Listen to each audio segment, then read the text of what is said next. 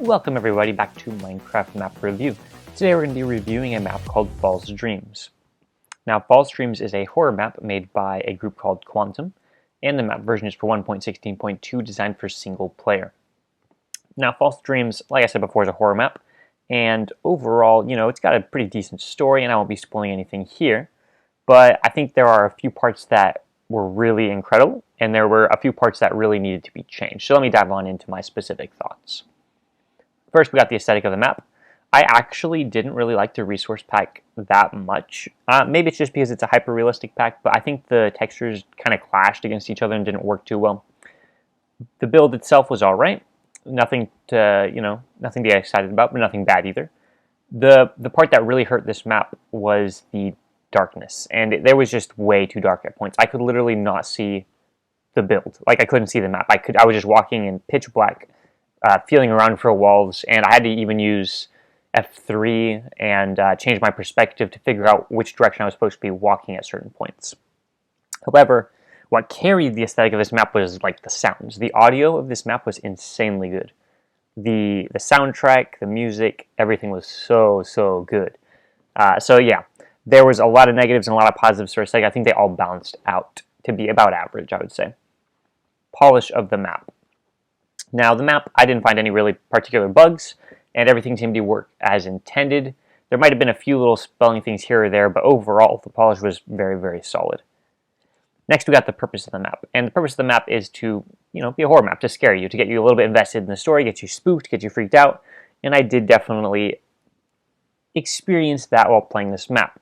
There were two parts that, and this I'll talk about a little bit in the length as well, but there were two parts that took away from this.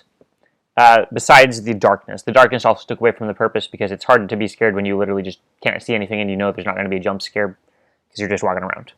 The areas that took away from the purpose for me were there was like an area where you crawl in the vents and an area where you walk in the woods. And those two were like mazes randomly in the middle of like this horror narrative that just took away from the overall experience. I think they took too long and it was just really unnecessary. I think a one-way track would have been better, maybe with a few short dead-end turnoffs, but just the mazes and stuff took away from the purpose of the map, I think.